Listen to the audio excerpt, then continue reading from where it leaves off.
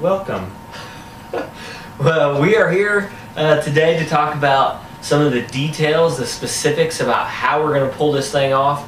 And Matt Breivogel, life group leader on the west side, is joining us to kind of raise some of the issues. He's watched the first two scintillating connection event training and informational videos, and he's got some questions, so he's going to ask them, and I'll try to answer them as best I can, and we'll hopefully have some answers for you as well. So, all right, you ready? Ready when you are. All right, my question number one is, how do I submit my information for the booklet? Well, as we said in the last training video, we are going to have a booklet that we're going to have available for people on January 8th so that they can look at open groups. And we do need information from you. So there's two ways that you can do it. First is through F1. You can sign on there, upload a picture, put your group description in there, all your group details that you need, and also a 500 character group bio. You can do that all through F1, and we can just pull that off of there and use that for the booklet. Another option is to email either me, your campus pastor, or Brittany Gomez, or your life group coach, all of that information. So, nice. Did that answer your question? I think yes, that was very wonderful. It was a great question. It's almost like you knew exactly what I needed. It's almost like you wrote it. It's almost like you wrote it. It is almost like that. Next question. Okay. As a leader, what am I going to be doing on January 15th? Well, your whole main role is just to be available to people. Just be there, open and ready to receive people into a meaningful conversation that will hopefully connect you to them. But as far as the specific details, we are asking that all life group leaders be there all three services until their group is full. We might hit on that in a little bit, but I got a feeling you might ask that question. Maybe. But we are asking that you be there for all three services until your group is full. And what we're going to do is we're going to let out about 15 minutes early a chance for people to come forward. Now, in the past, we've had it in the lobby or out in the parking lot. What we're going to do this time is have the life group leaders come forward, and then we will release them to come forward to interact with you guys. And so we will have you'll have a sheet there where you can exchange contact information too. Okay. So they can sign up at that time, and they will already have some of your contact information through the booklet. But then we'd also encourage you to bring your whole team along, your whole group, as many people that can, have them be there too, because you as a life group leader can only engage if 1, 2, maybe 3 people in conversation during that 15-minute block. Mm-hmm. But if you have 5, 6 of your group members there, then that's that many more people that can get into a real conversation and discussion and hopefully connect to you as people. Okay. Well, I have a combo question on that one. Ooh. What if I'm down by the river rollerblading the day before and I twist my ankle and I can't make it that day? Okay. Yeah. Well, one of two things. Hopefully you can get someone else from your group to represent your group. Okay. If you absolutely cannot, then that is the beauty of the booklet. We're actually going to use this booklet as a resource for the rest of the spring for all available groups that people can go to. It'll have instructions how to sign up through F1 on the back. It'll have a chance for them to turn in their slip, a perforated tear-off for them to turn in at Info Central if they can't make it themselves on the 15th. So you can still participate in the connection event even if you have such a tragic accident. Oh, so. Okay. Good. I wrote this one. What should I say in my 500 character introduction? Your 500 character introduction, which by the way I'll say first off that it is short. It's literally it's 500 characters. It's not as long as you might think. So you really have to pack in exactly what you want a prospective group member to see.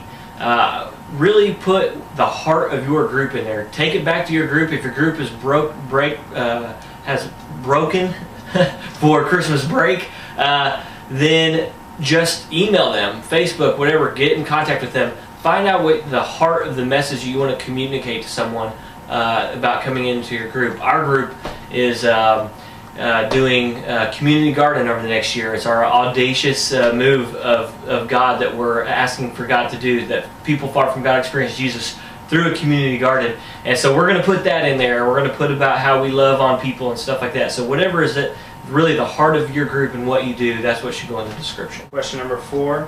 If our group is ready to multiply, what do we need to do to launch a new group? Yeah, we need to multiply, we need to launch new groups, we need new leaders, new groups all the time. So what you can do is contact your campus pastor right away. Say, this guy we've been pouring into him for a while. He's been co-leading, he's been he or she has been leading in the group for a long time, and they're ready to multiply and launch out a new group. So then the campus pastor at that point will step in and really just kind of take over, and me and the campus pastors will work with that person on launching their group. So you as a leader, you don't really have a whole lot of responsibility. All you need to do is make sure that that leader knows, the potential leader, and then get them connected with me or Heath or Trey or Dan, campus pastors, so that we can get their group underway. And make sure to get us their contact information. Yeah. Okay, last time I remember, some people would have, 10 or 12 people signing up. Some people had 1 or 2. I think I had 4. What happens when our sign-up sheet is getting really full? Like, where's the cutoff? What are we going to do? Yeah, closed groups is kind of a dirty word for me and for what we're trying to accomplish through life groups. But there's also a practical reality of how many people you can fit into a gathering space, whether that's a living room or somewhere else. It's just there's only so many people that you can cram into one space, and so there is a cap or capacity, especially if you have kids, that once you get to a certain point in the connection, you're going to have to shut her down. Yeah. And you're going to have to make that decision as a life group leader. There's no magic number. We say 8 to 14 is about the approximate number of a healthy group where people can interact with each other and participate in discussion and all that. But Heath Farmer's group has like 3 mini groups inside of it, and they have like 40-some people on their roster, but they function in healthy ways. So really it's up to you as a life group leader to feel when you've reached that limit on sign up.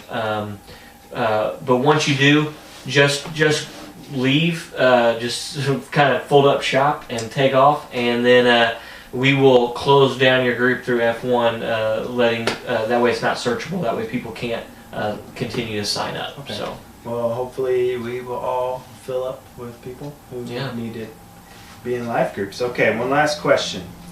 Coming out of the event, what are some of the next steps in the process as far as contacting people on our group, and how do we kind of get the ball rolling with these new people? Yeah, the main thing is to follow up soon after, and follow up frequently, not in any ways that are weird or overbearing on people. Showing up at their house. Yeah, we don't want to do that. unless you know them and you want to show up at 9:30 on a Friday night to rearrange their whole living room, but no.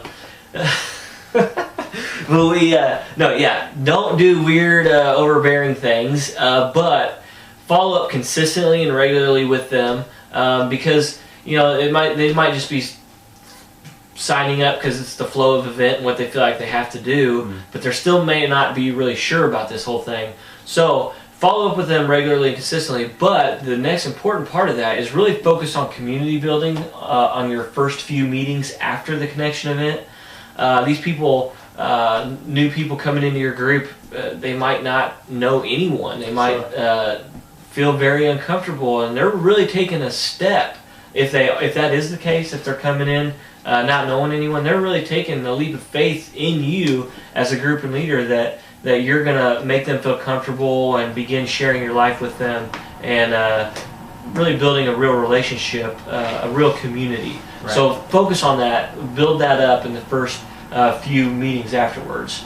And kind of a rule of thumb on this, what we've been talking with leaders about is, give it about 3 tries, and then if you've contacted them 3 times, you've had 3 groups, and they're still not communicating with you, they're not following up. Well, at that point, don't feel bad. So just release them back into their lives, and don't worry about that anymore. Let that standard 3 times communicating kind of end it there. So no big deal. And I do want to say real quickly, on the prospects, hopefully you guys all are using F1. It's really going to be a useful tool moving forward for us as far as tracking groups and communicating with groups, and really F1, the prospects tab. Hopefully you guys are utilizing that, and if you're getting prospects filtered to you, that you're using that and tracking that on there so that we can know that people are being followed up on because it's very important.